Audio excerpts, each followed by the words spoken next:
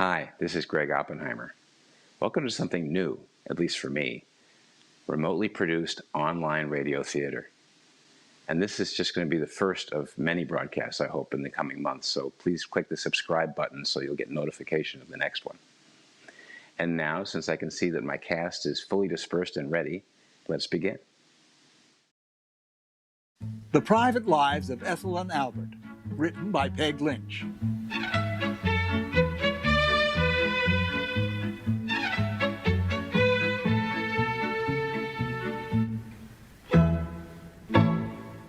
The small, trivial things that happen in the routine of everyday life are familiar to everyone, and it's these little things that make up the private lives of Ethel and Albert.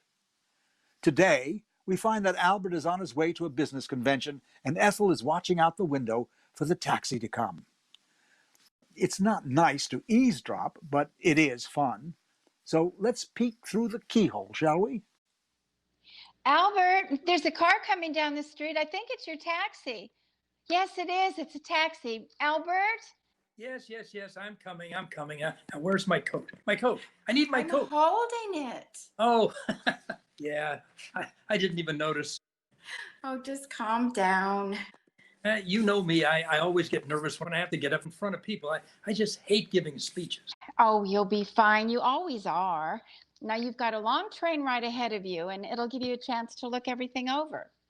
What are you doing? That's the wrong sleeve. Just take your arm out. Okay, you know, maybe I just don't need a top coat. Oh, just leave it on. You can't travel without a coat. What if there's a blizzard? In April? In Atlanta? Just take it. You never know. Where's my briefcase? I mean, that's even more important. It's got my speech in it. Why don't you try and relax? You've got loads of time. Wait a minute, I got to check my briefcase. Got to make sure I've got all my reports for the meeting and my speech. You'll be fine. You'll probably be the hit of the convention. You know, I just hate these business trips. Oh, you love them. Now, have you got money? Yes, I've got money. And you've got your train ticket? Yes, I've got everything. Now you take care of yourself. Oh, I will. And you take care of yourself, and you have a good time. I'm not going for a good time. It's just business. Well, you call me the minute you get there. I will. Okay, give me a kiss. I'll miss you. Oh, and I'll miss you too. Oh, no, you won't. You're going to be so busy with all your business friends, you're not going to miss me at all. Yes, I will. No, you won't. I know it. I will miss you. Okay? I'll miss you. Okay, all right. Now, you got everything? There's a taxi. Briefcase. Where's my briefcase? I just had it in my hand. It's right here. Oh, whew.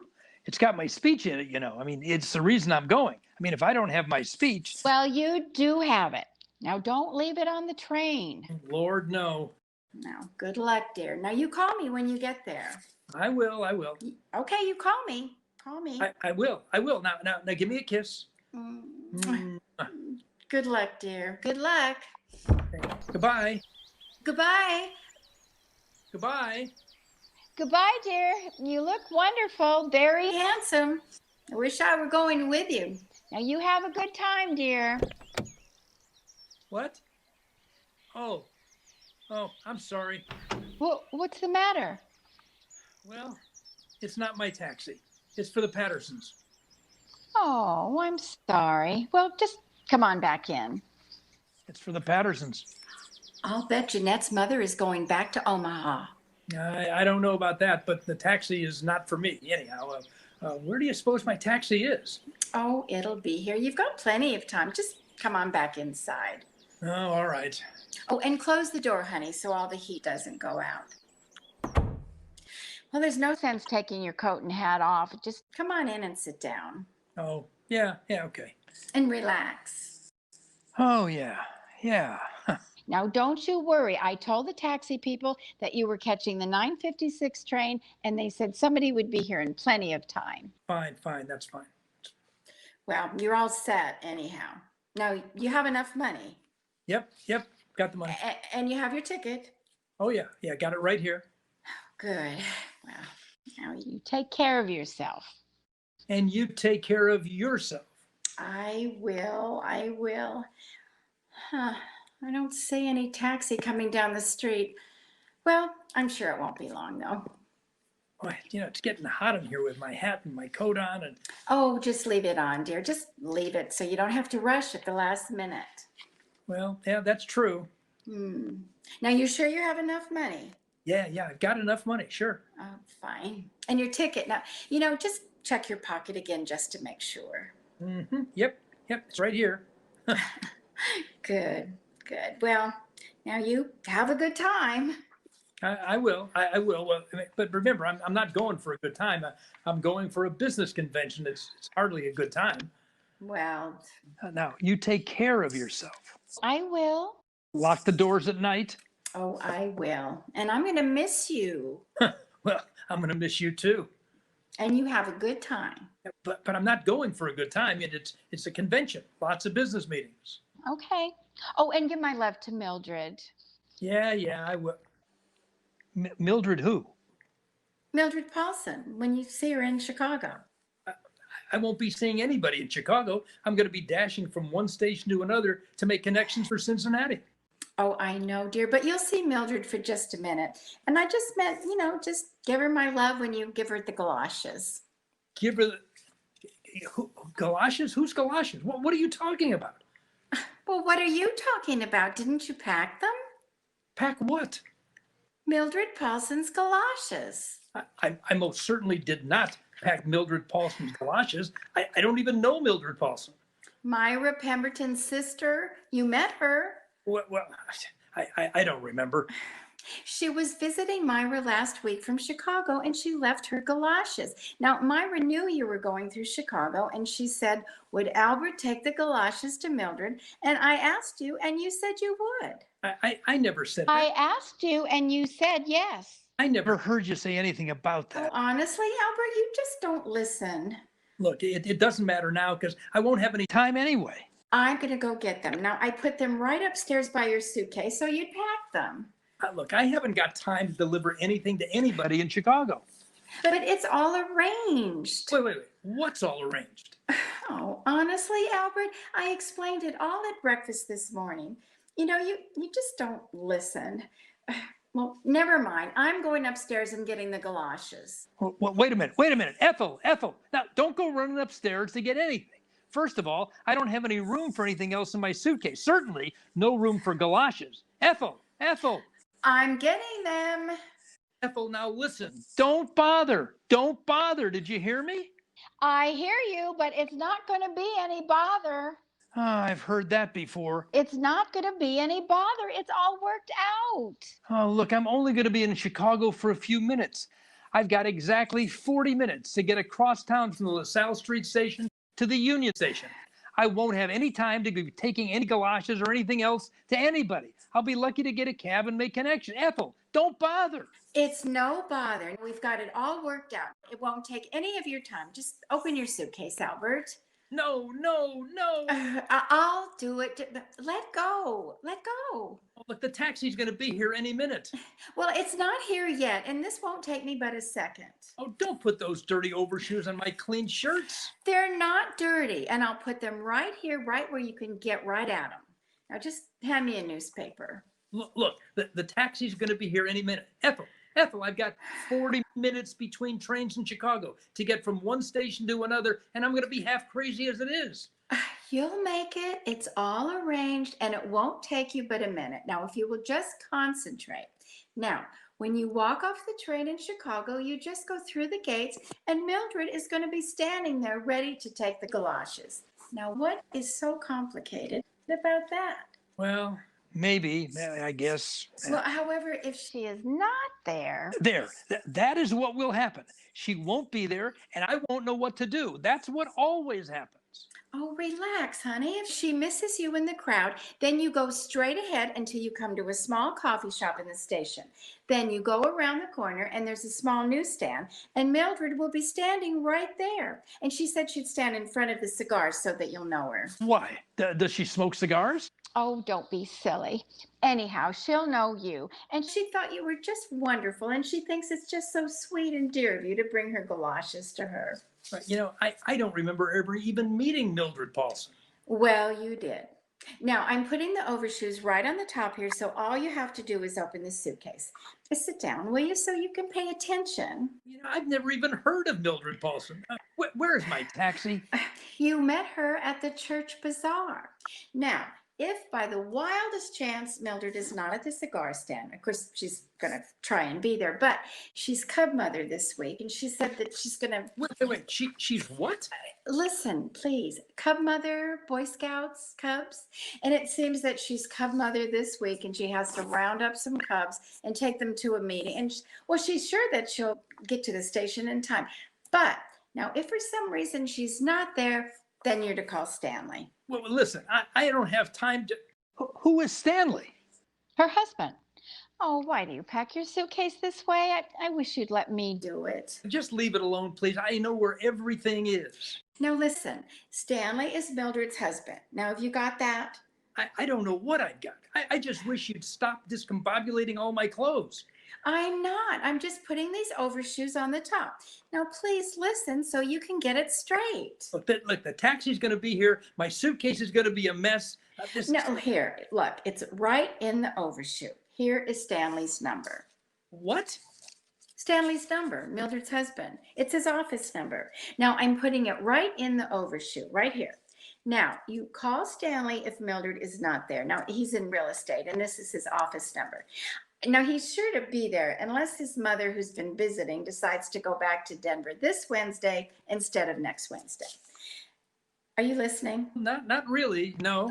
Oh, Albert, don't be like that. Look, this is getting... Mildred's mother doesn't know whether or not she's going to go this Wednesday or next Wednesday because she's building a house. And if the ground is too soft to start digging... Ethel. Well, if the ground is too soft to start digging, they'll wait.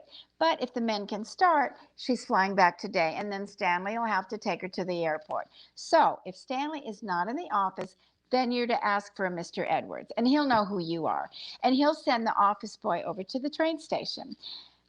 Will you look at me so I know you're listening? Ethel. Now, the office boy will go to the coffee shop, and he'll order 2 raised donuts and a cup of coffee, so you'll know him. What? Well, it was the only way Mildred and I could think of to identify him. He always wears a sweater, so there was no place to put a flower in a buttonhole. So go to the coffee shop at the Union Station and look for a 15-year-old boy eating 2 raised donuts and a cup of coffee. What's the matter? What in the Sam Hill are you talking about? I explained all this to you at breakfast. What were you doing? I was thinking about the speech I'm going to have to make at the meeting.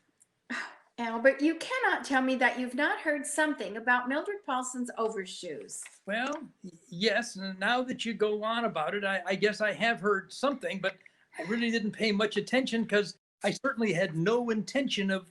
what are you doing? I can't get the suitcase closed. Now, push down on the side of it. No. Now that settles it. Well, it won't close. I'm sorry, that settles it. I'm not taking these overshoes. Well, don't yank them out like that. I am not taking them. That's final. I am not taking them. All right. Of course, I said you would, and I told Myra, and of course she phoned Mildred, and Mildred phoned back from Chicago, and all these arrangements have already been made. Wait, can't Myra just mail these galoshes to Mildred? Well, it's so much bother, and as Myra said, you're going right through Chicago. Well, look at the bother it is to me. What bother?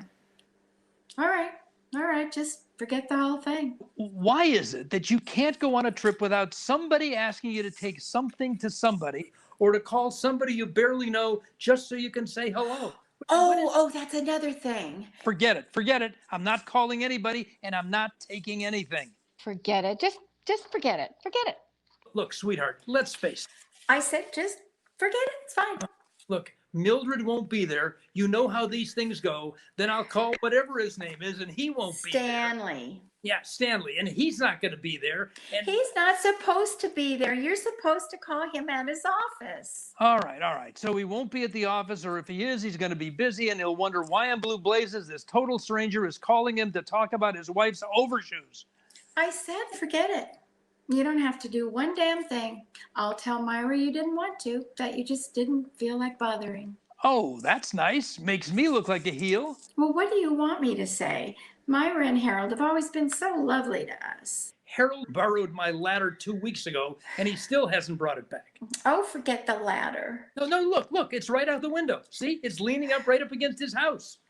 When Mother was sick and I went home for a week, Myra either invited you to dinner every night or she brought dinner over to you. She was wonderful. There's a taxi. Are you taking the galoshes or not? Yes. All right, I'll take the galoshes, but not in my suitcase. All right, well, just wrap them up in some newspaper. Haven't we got some big paper sacks? Grocery sacks? No, I used the last one. Look, then get some string, and I'll wrap them up in this newspaper. String. Where's the string? Oh, okay, yes, I'll go get some. Oh, golly, come on in. Taxi? Yes. Come on in. You all set? Just got the one suitcase? Yes, just the one. Here, dear, never mind the newspaper. I found this grocery sack. Just put the galoshes in here. Oh, I don't think he needs galoshes. I mean, it's spring. Oh, no, they're not his. He's taking them to Mildred Paulson. Now, she's the sister of the lady across the street. Mildred was here visiting. Ethel, honey, he really doesn't care about all that. Oh, well, I was just explaining. Well, what are you doing? I'm trying to get the galoshes in the sack. You've left something in the sack. It's a quart of watermelon pickles, honey. Just give those to Mildred, too. Watermelon pickles? Well, Mildred was crazy about them, and I meant to give them to her when she was here, but I forgot. Now, I've wrapped the jar carefully, but you have to hold the sack upright because, well, the syrup is a little sticky if it breaks. But look, I am not carrying pickles. Now, I mean, this is really Aren't getting... you catching the 9:56? I mean, we better get a move on. Yes, we will, but just a minute. Now, have you got everything straight? Mildred will be at the gate, and if not, then you look for her at the cigar stand. And if she's not there, then you call Stanley, and the number's in the overshoot. Now, if he's not there, then you ask for Mr. Edwards. And if worse comes to worse, the office boy will meet you at the coffee shop in the Union Station, and he'll be eating 2 raised donuts. And just give him the overshoes and the watermelon pickles. Now, you think you've got that straight? Oh, yes. Mildred at the gate. Or at the cigar stand. Or I phoned Stanley, and if he's not there, I ask for the office boy. No, Mr. Edwards. Otherwise, the office boy will meet me at Union Station. Yeah, in the coffee shop. Oh, my goodness, I wish you were going with him. Well, you learn to remember directions when you drive a cab. Now, you better step on it if you want to make the train. I mean, I got your suitcase. Okay. Goodbye. Goodbye. I love you. Oh, I love you too. Bye-bye. Don't slam the... Oh, well. Oh, hello? Oh, well, I was just standing right by the phone in the hall here, just saying goodbye to Albert. Yeah, he took a taxi. Oh, no, he didn't mind about the galoshes at all. He was very sweet about it. Oh, hold on, Myra. Albert. Oh, they're gone. Myra, is your car there? Just get it out. Get it out. Ours is at the garage getting greased or something. Albert forgot his briefcase and it has his speech in it. Well, if we hurry, we can just make it to the train in time. Oh, I'll never hear the end of this. He's going to be hysterical.